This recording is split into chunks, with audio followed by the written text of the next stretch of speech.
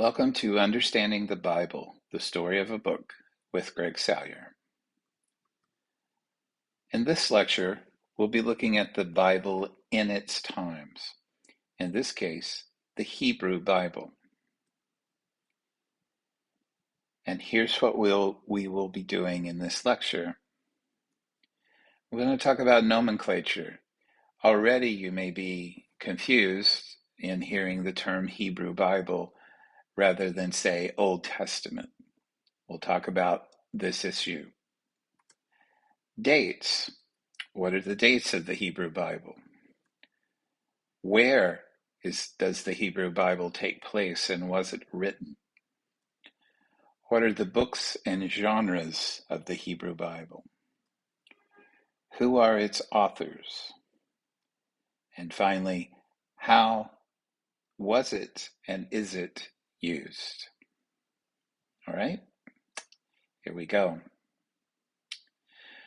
So defining our terms, Hebrew Bible is the term that scholars use rather than Old Testament or Tanakh, for the same reason we use the terms BCE, before the Common Era, and Common Era, CE, rather than BC, before Christ, and AD, Anno Domini, in the year of our Lord. This brings up an issue in the study of religion that speaks to what we call the Edic, E-T-I-C, Edic approach to understanding a religion or a tradition versus the emic, E-M-I-C.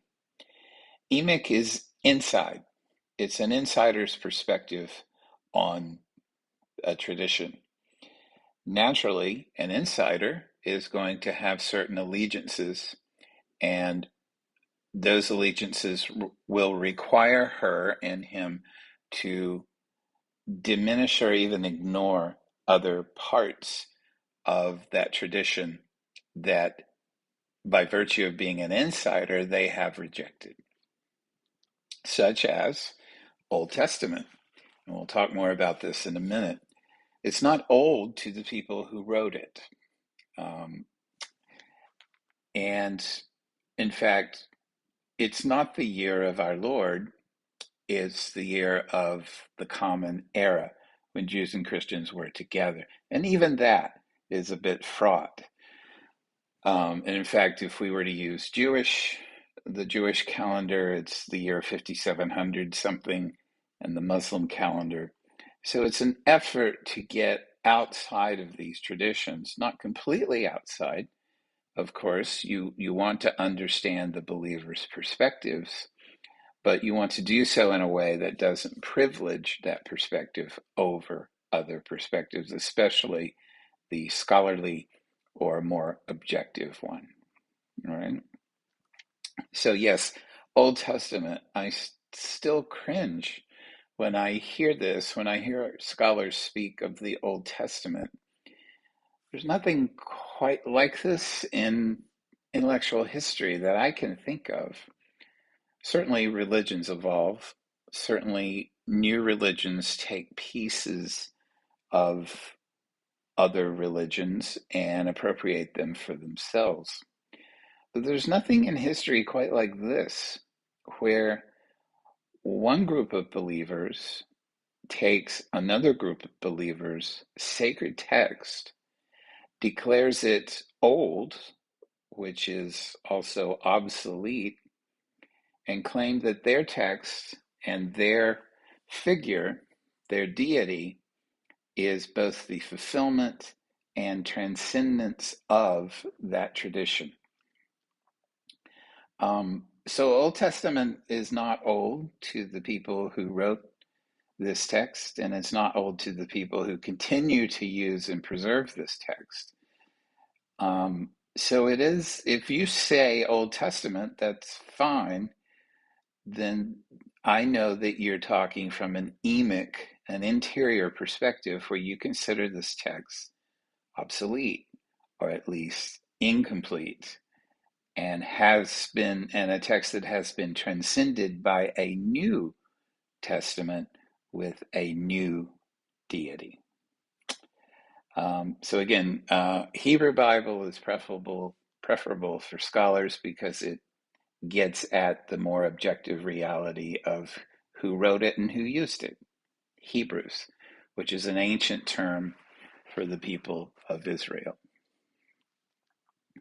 Now, Tanakh is the emic or interior term used by Jews today, and it is an acronym. It is short for Torah, first 5 books of the Bible, Nevi'im, and Ketuvim.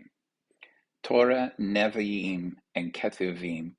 And typical with Hebrew, you make the acronym or the word consonants only, and then you fill in vowels as sounds right.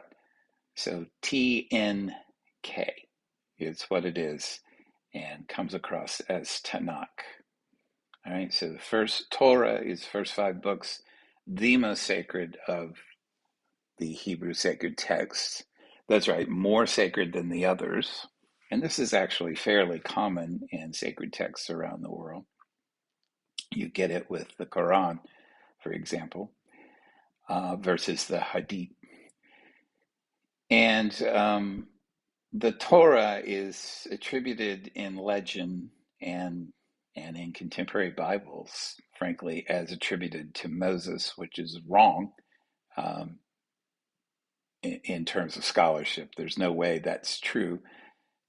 For example, Moses can't write about his own death, which happens in the Torah.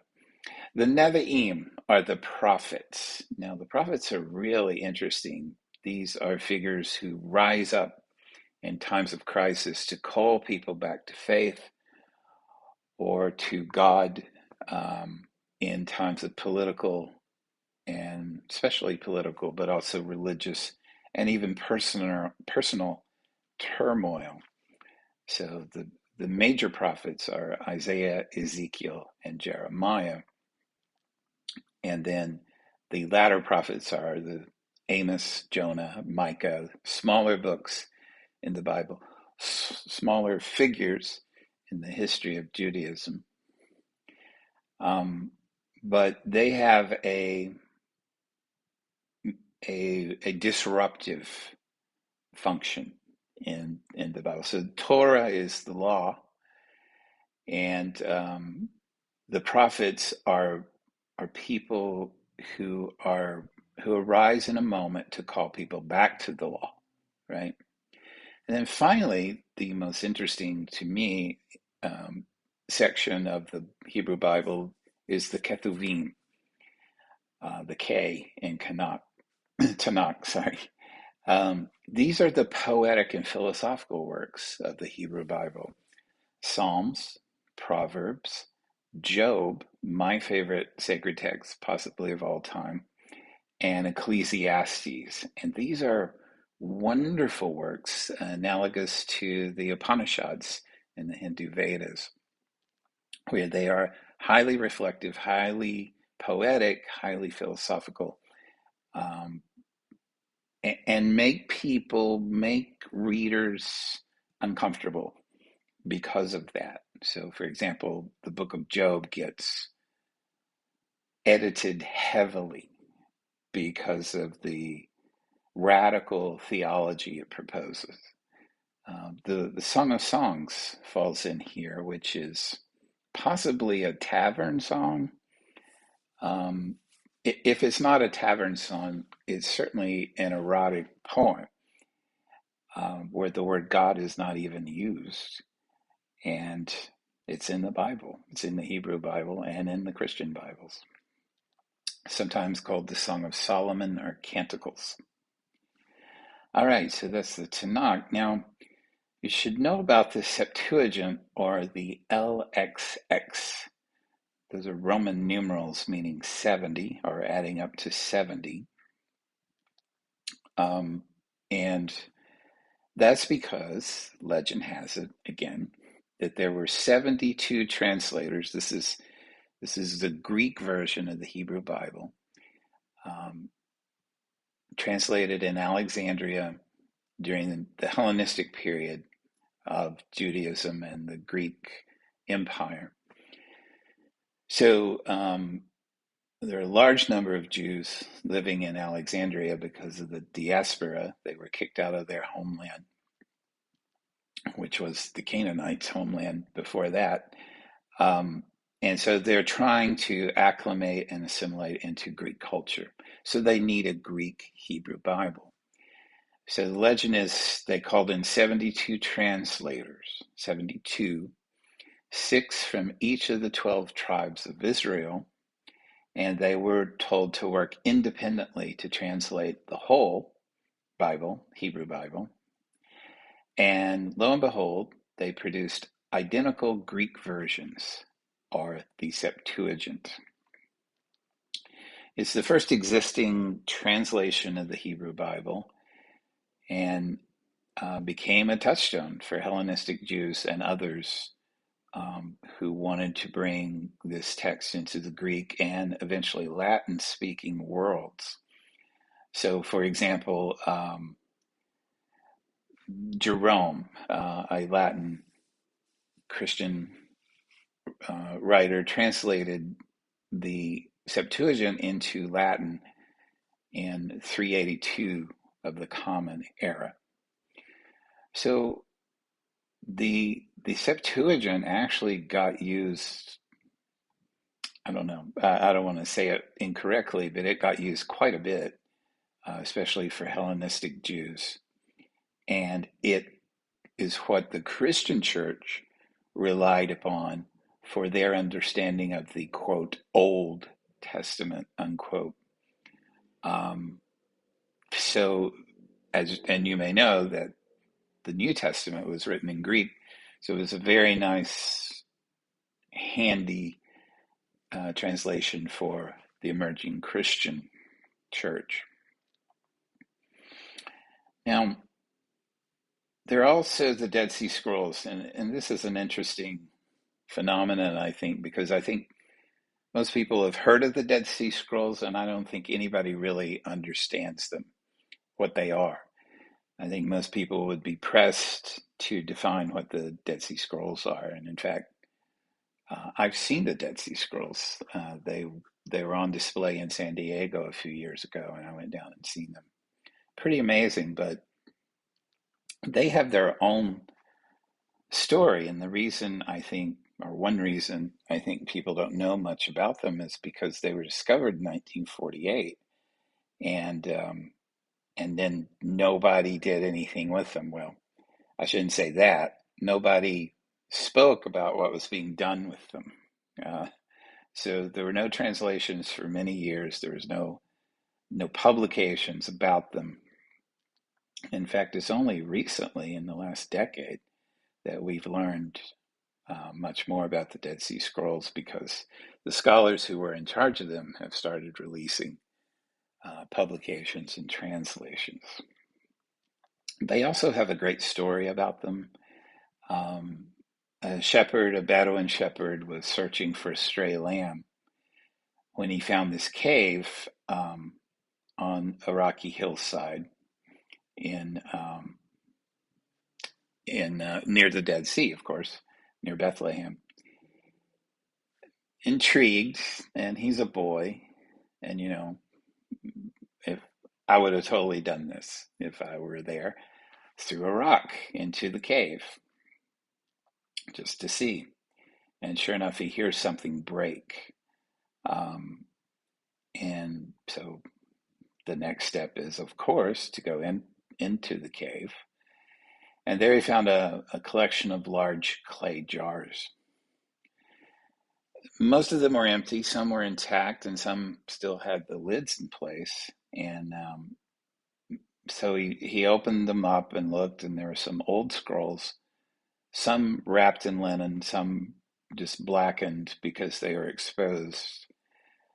So they took these scrolls, he and his friends, this boy and his friends, shepherds, took the scrolls to an antiques dealer in Bethlehem.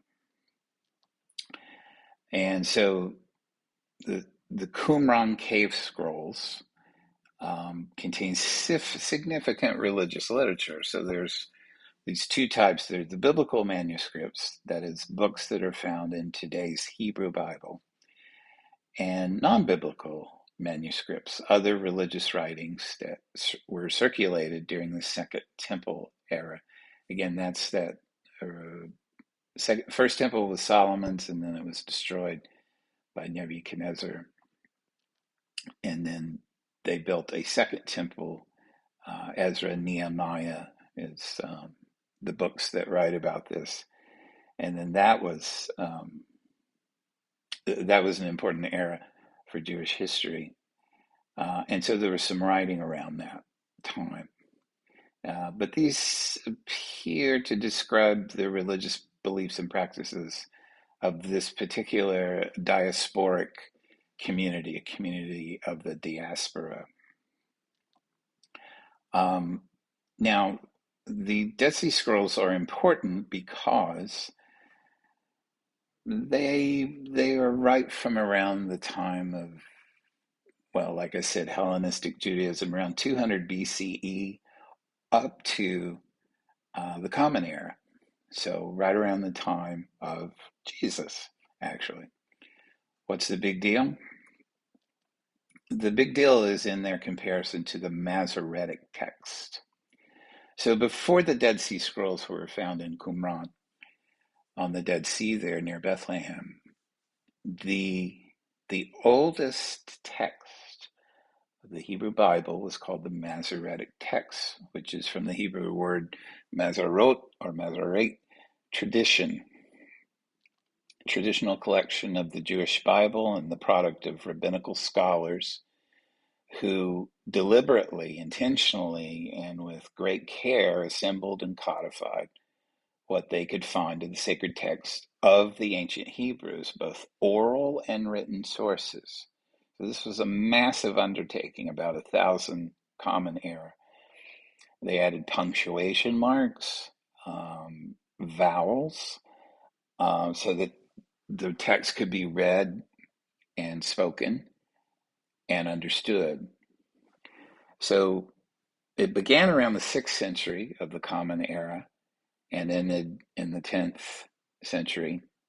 So 400 years of work by academies, scholarly academies in Babylon and Palestine. It was really a unique event in history to try to assemble and canonize a text, and with an eye toward making it perfect, a perfect representation of the tradition, which is a feature of Jewish religion, especially ancient Hebrew religion. So they're the ones who created, the Masoretes were the ones who created the vowel system for Hebrew that is used today, because there were no vowels in ancient Hebrew. So obviously, this is the text that most translations use because of the effort that it went into making it correct, in quotation marks. Okay? So those are the texts of the Hebrew Bible. What are the dates of the Hebrew Bible? Well, as we saw in the lecture on orality and literacy, where do you begin? You will find volumes and volumes and volumes of biblical scholarship on where the Hebrew Bible begins. And I find it all myself really tiresome and moot, because the Hebrew Bible began in orality. And so if you're trying to find some authentic source, it is impossible to find just by the nature of the mediums of the language used. You cannot recover orality. You cannot go past the written word, except through archaeology, and that is a highly contested and confusing and ultimately unsatisfying way to make sense of a text is to examine its material culture. Now, it's very helpful for that, for material culture and culture in general, but it's the best you can do with archaeology and ancient texts is look for correspondences, and those are very few and largely inconclusive. So, where do you begin? Where do you begin in studying the Hebrew Bible or determining when it began? Um, it's moot. Like I said, you can try. I don't know why you want to try, but no, I'll show you where we think it started. Um, and then, of course, there's what to count, which we're going to get into in another lecture. What counts as the Hebrew Bible? Because you're, again, in orality, remember you've got stories. The more stories, the better. Um, you want more stories. You don't want fewer stories. You don't want to reduce the story to the correct one. You want an excess of stories. You want stories to, because more stories equals more meaning, and you want more meaning. So there's no analogous understanding of history or authenticity here. Um, it's orality, and those are literate concerns. So, what to count? Um, we don't know.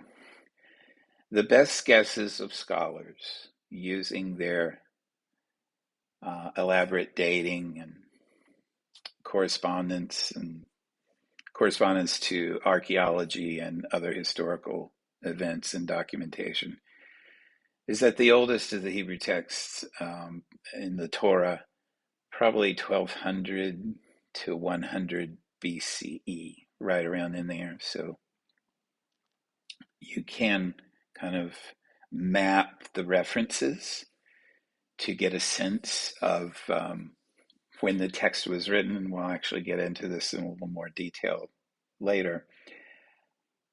But yeah, 1200 is pretty generous, actually. I don't honestly don't think anything was written down in 1200. That's just the range of scholarship guesses, scholarly guesses. Most of this was probably written down in the 600s BCE, and especially the 200s. And there's a reason for that. And it has to do with the destruction of the temple and the diaspora, where once the temple is destroyed, Solomon's temple, which is probably around 1000 BCE, it was the temple. It was first the tabernacle, this kind of movable tent, then the temple that was the center of Jewish ancient Hebrew religious life. And you didn't really need a text. You had the sacrifices at the temple. But when your temple is destroyed and when you're removed from what you consider your homeland, now you need a text. And this is the beauty of writing and literacy, is that you can recover that loss to a degree through a text. So it makes sense that it would be in the diaspora, the spreading out after the destruction of the temple and their exile from the homeland, that writing would emerge. So, completed 2,400 years after it began, such as it is. So, again, I think this is something that most people who, like in those surveys, claim to believe the Bible or don't know the Bible. They don't know that it was 2,400 years. Just the Hebrew Bible was 2,400 years in its development, nor that it was oral in nature, and even the writing evolved over time, a long time. All right, let's look at some geography, the geography of the Hebrew Bible. I remember when I was in college and I first started studying the Bible, I was always reading and hearing about the Fertile Crescent. And I couldn't really picture it, so I wanted to give you a sense here of the Fertile Crescent. And it's that green area on the slide that is comprised mostly of Mesopotamia, but also comes around to the eastern edge of the Mediterranean Sea, down into what is now Israel and Palestine, and over into Egypt. And you'll see why it's fertile. There are rivers there. And in fact, in Mesopotamia, Mesopotamia is the Greek word for between the rivers, potamia. Same word as in hippopotamus, which means water horse. Potamia means river, meso means between, and it's the Tigris and Euphrates. And you can see human civilization quite effectively through rivers. And these are two of the greatest. And then not too far away is another great one, the Nile. There's the Indus River in India, which developed early and very sophisticated civilization. Cities with sewage and trash pickup and apartments. And we're talking prehistory. We know it from archaeology, not from writing. And then in the Americas, you've got, of course, the amazing Amazon River and those cultures, not to mention the Mississippi River in North America and the Mississippian culture that grew up around it. So the Hebrew Bible is really found in two of these areas here, Mesopotamia and Palestine, Israel. There's also some stories out of Egypt, of course, with Moses and Joseph, and but most of it's going to take place in that center part there where Jericho is highlighted, because that is what the ancient Hebrews called the Promised Land. It was the land of the Canaanites, but they kicked them out and inhabited what was to become Israel. Now, Mesopotamia is important because the Torah, especially, well, I shouldn't say the whole Torah, Genesis, and in fact, the first 11 chapters of the book of Genesis are right out of this. In fact, the founder of the Hebrew religion, Abraham, was from Mesopotamia. He was from Ur. So he's Mesopotamian before he's Hebrew, right? And that comes across in the text quite literally with the language of El, which is the Mesopotamian Babylonian word for God. Babylon is just in the southern part there of Mesopotamia, comes along later. But it's all the same, pretty much the same culture for our purposes at least. So their word for God was El. In fact, it was Elohim, which is plural.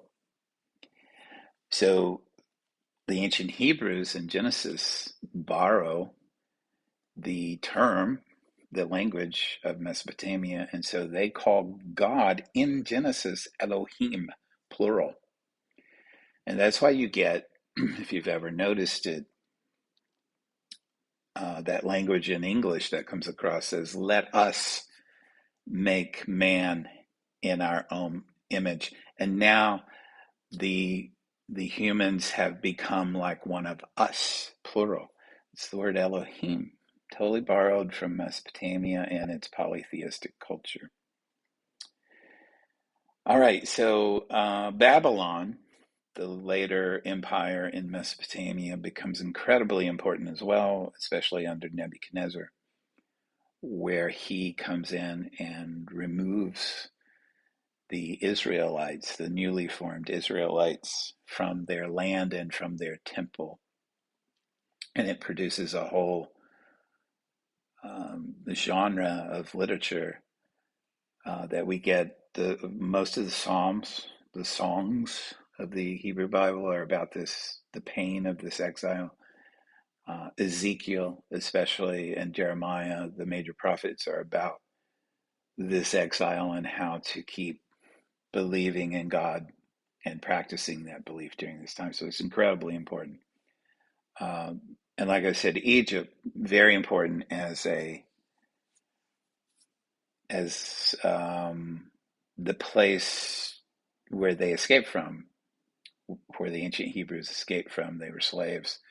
The Passover, for example, is the most important ritual in Judaism, and it celebrates the release of the slaves, the Hebrew slaves in Egypt.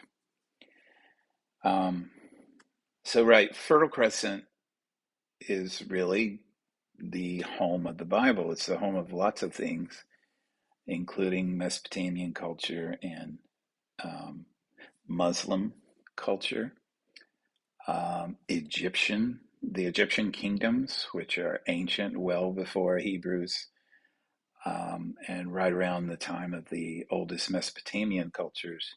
So you see that Fertile Crescent is fertile in more ways than one. It's fertile because it has rivers that can grow crops, and therefore agriculture can flourish there. And where agriculture flourishes, there's usually civilization, that is, cities. Like I said, the Nile and its overflowing is a dominant metaphor in Egyptian culture, but also in Mesopotamian culture in terms of the rivers overflowing, because that happens at the delta there, which you can't quite see in the slide, where it empties into the sea, because that's rich, very rich soil. Anyway, and a lot of rituals get centered around that. And like I said, the promised land there in Jericho, where Jericho's marked,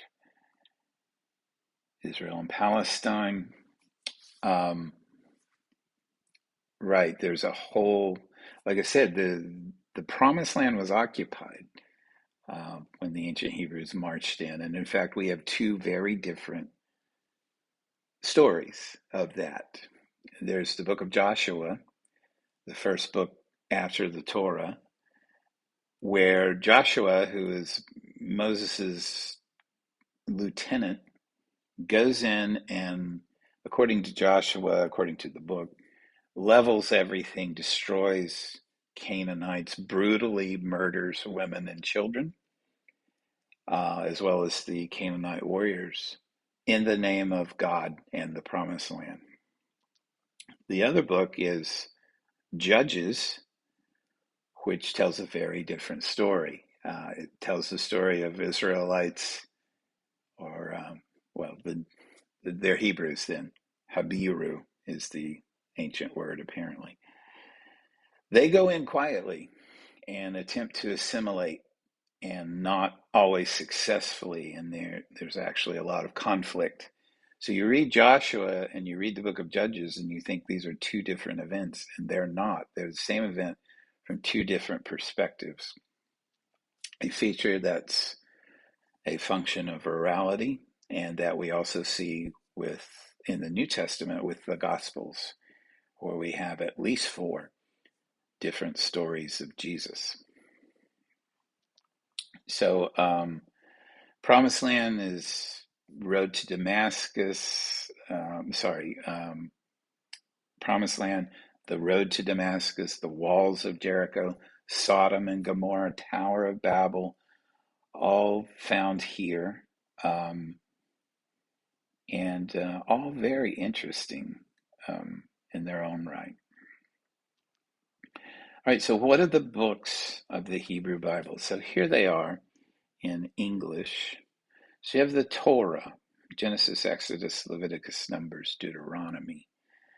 Genesis 1 through 7 is broken off, and in fact, as we're going to see, Genesis itself is a patchwork of different authors and editors doing their thing. In fact, four different authors and editors are in the Torah, each piecing together stories, and some later editor has merged them all into this. Genesis is obviously the Greek word for creation, and so the creation stories there. These are typically titled because there weren't titles in the ancient world. It was just the first words of the story. So Genesis in the beginning, right, is the title because there was no other title. So you just use the opening words. Exodus is a Greek word that means hodos, road, ex meaning out. Leviticus is the book of the priests. So there were 12 tribes in Israel, and Levi, the tribe of Levi, was the priestly tribe. So Leviticus, you may know as the book that includes a lot of bizarre, bizarre to us, probably to them too, dietary and other laws. So it's a book written by and for priests. Numbers is more of a promised land kind of story, but also has some law. And Deuteronomy means second law, so it's also so Exodus and Deuteronomy have the Ten Commandments in them. If you're sensing that there's repetition, there's quite a bit of repetition in the Hebrew Bible, which again is a function of orality moving into print. So the Nevi'im, Joshua and Judges, I've already mentioned. Kings there are some historical texts here, like Kings, and I'm sorry, and I should say, you may know in your English Bibles, Kings and Chronicles. In the Hebrew Bible, these are all one book. So there's actually it's 24 books in the Hebrew Bible, but in your English Old Testaments, I think it's about 39, and that's because they break these out. So Kings would include Kings and Chronicles and Samuel, for example, which are these historical texts about the founding of the kingdom, right? Kings, Chronicles, right? The stories of the kings and the nation, when the nation of Israel comes into being, especially with its first king Saul, its second king David, its third king Solomon.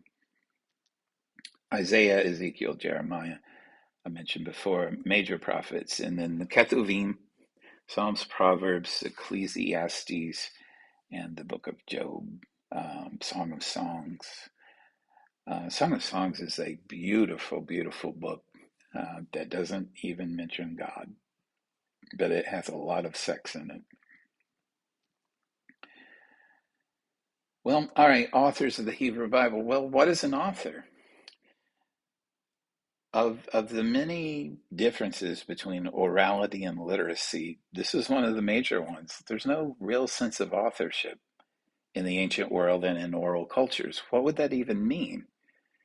We think of an author as someone who creates something as an individual, and there's no sense of individuality really in oral cultures. There's only family, clan, tribe, nation. So what would an author even be?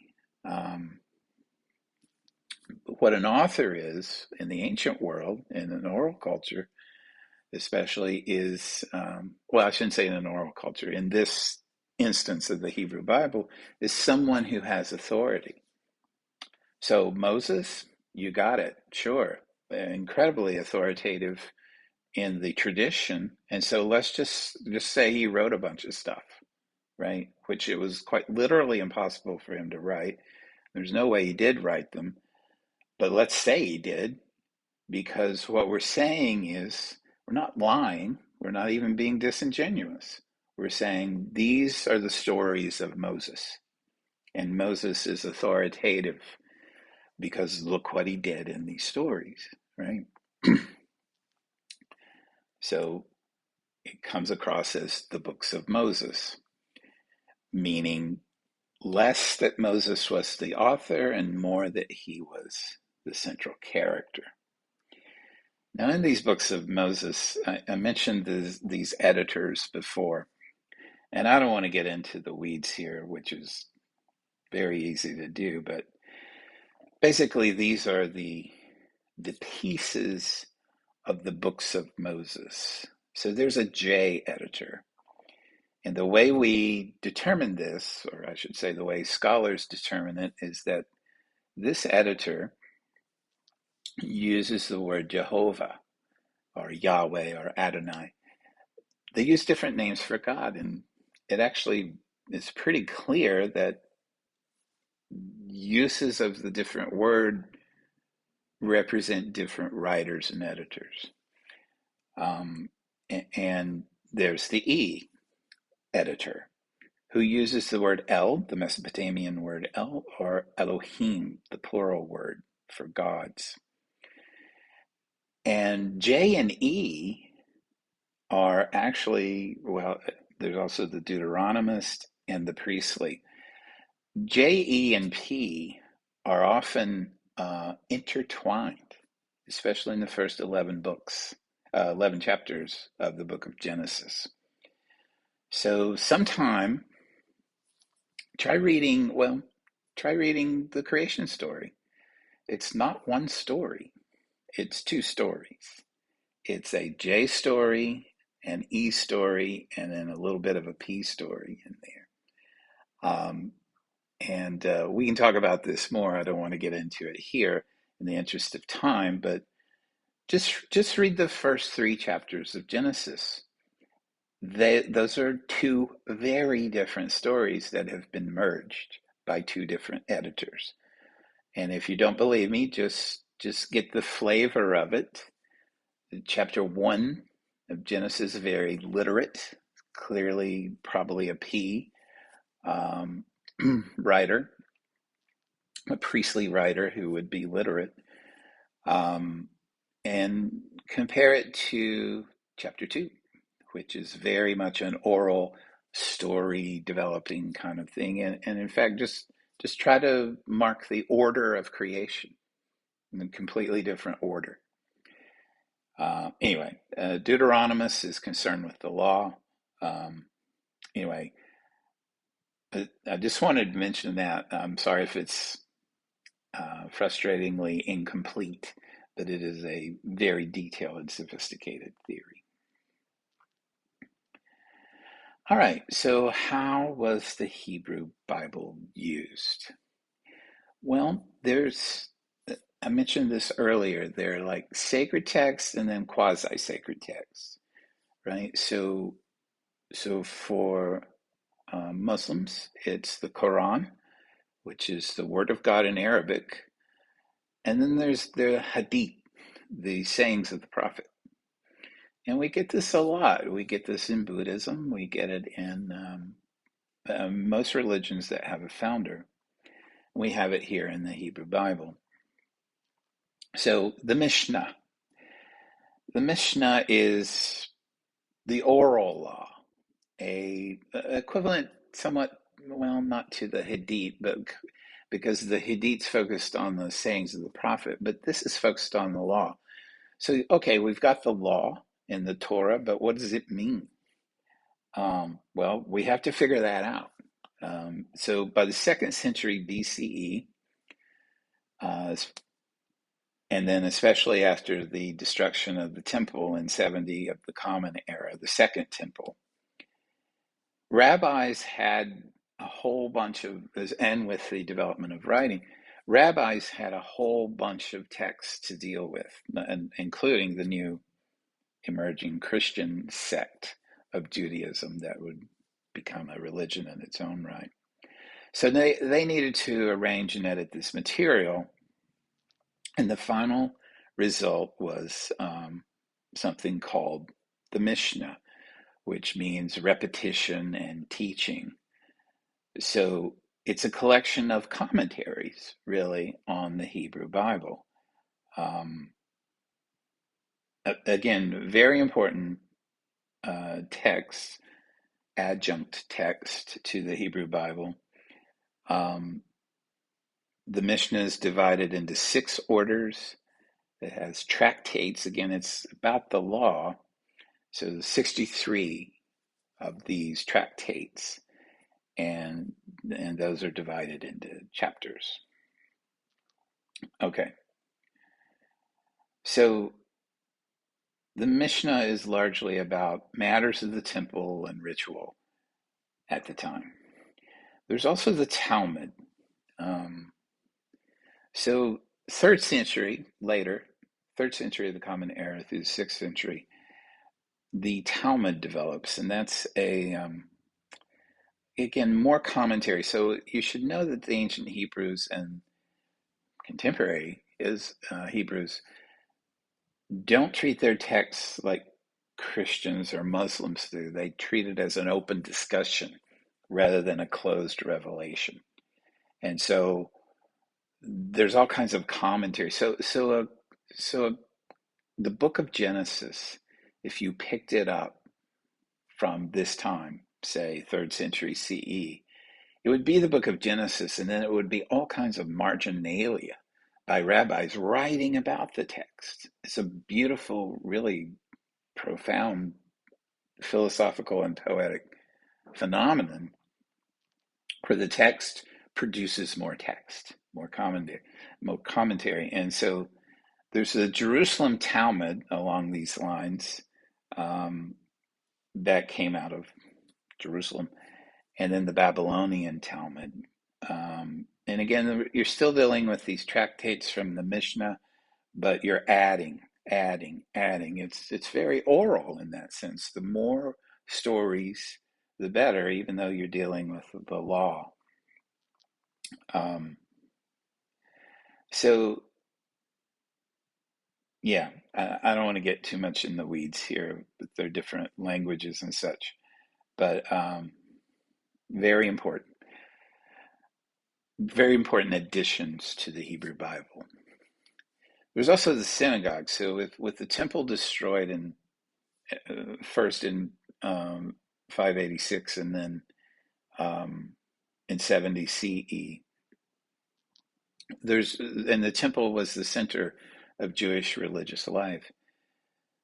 When that temple is no longer there, and in fact, when you're in exile, you must develop the synagogue to lead together to agog, to and soon to lead together. It's just a little what Jews today call the temple, which is a little congregation. And the Hebrew Bible is used there. In fact, the Torah, sometimes called the Pentateuch for the 5 books, is divided into 54 portions, which are read at the synagogue every Sabbath, that is Friday evening, in an annual cycle, beginning and ending shortly after the Jewish New Year, or Rosh Hashanah. And it's the Torah because that's more sacred than the other parts of the Hebrew Bible, but sometimes the prophets and some of the writings will come in. It's also used in the yeshivot, especially the study of the Talmud in these religious academies. So it's kind of like seminaries for Christians, but also in individuals' homes and in universities. So I got my PhD at Emory University, and they had a graduate division of religion, and it wasn't called that, but it was basically a shivot. We had a number of brilliant Jewish scholars there, including the amazing Deborah Lipstadt, who's taken on Holocaust deniers her whole career. And in fact, I think there was a film about her. So obviously, the Hebrew Bible and the Talmud Mishnah are the focus of scholarly attention. And then there's often the Bible, the Hebrew Bible is found in the home, where even secular homes, secular Jews, uh, treat the Hebrew Bible, the Torah, as an artifact that they want in their homes, and they even read it. Again, this is not unusual. Christians do the same thing. They have a Bible there as an artifact, not that they necessarily read it, but they want it there. But you can read it, of course. And then there are prayer books, um, pretty much standard in the homes of observant Jews. It's prayer is a major feature of Jewish religion. In fact, I remember a very important prayer when I used to go to temple with my colleague Rabbi Balinson, where I taught once. A great prayer that's pretty standard in temples. I'm led to believe. It says, "Dear God, please help us understand this text that was created over centuries and by a nomadic people, a nomadic desert dwelling people. Help us to understand what it means for us today." I mean, can you imagine? It's a really important feature of Jewish religion that this text is open to interpretation. In fact, it's a quality of Jewish faith to argue with God. Um, and at the center of that is this text, the Torah, but also the writings. The writings are, in fact, these arguments with God before the Mishnah and the Talmud come into being, because they're questioning the orthodoxy of the prophets and the Torah, frankly. I mean, Job is a long complaint about the injustice of God's world and his agreement, his covenant. Ecclesiastes is a philosophical text about, does any of this mean anything? So I guess that would be my final word on this text is that the Hebrew Bible, in all its incarnations and variations, is a long record of arguing with God and trying to understand him, praising him to be sure. But anytime you've got a God of history, like the ancient Hebrews and contemporary Jews do, that God's going to be called to answer. I mentioned my program at Emory. There was an amazing Jewish scholar there named David Blumenthal who wrote a book while I was there called Facing the Abusing God, a Theology of Protest. So this is, I love this, and it's often misunderstood about the, quote, Old Testament, unquote, and Jewish life in particular, that it's a religion where arguing with God is not something you shy away from, it's something you embrace. And it's actually a great compliment to that God, that God would hear that, right? And even respond, as in Job's case, and throughout the Hebrew Bible, where God intervenes on behalf of his people, and he's just as likely to intervene to chastise his people as well as to save them. And so, what a remarkable text. It is truly a Bible in its own right, that is a biblios, a set of books, and they range of everything from creation mythology to boring and bizarre legal texts to some of the most beautiful and powerful poetry and philosophy in the world. So there it is, the Hebrew Bible. Thank you for your attention. I'll see you in there.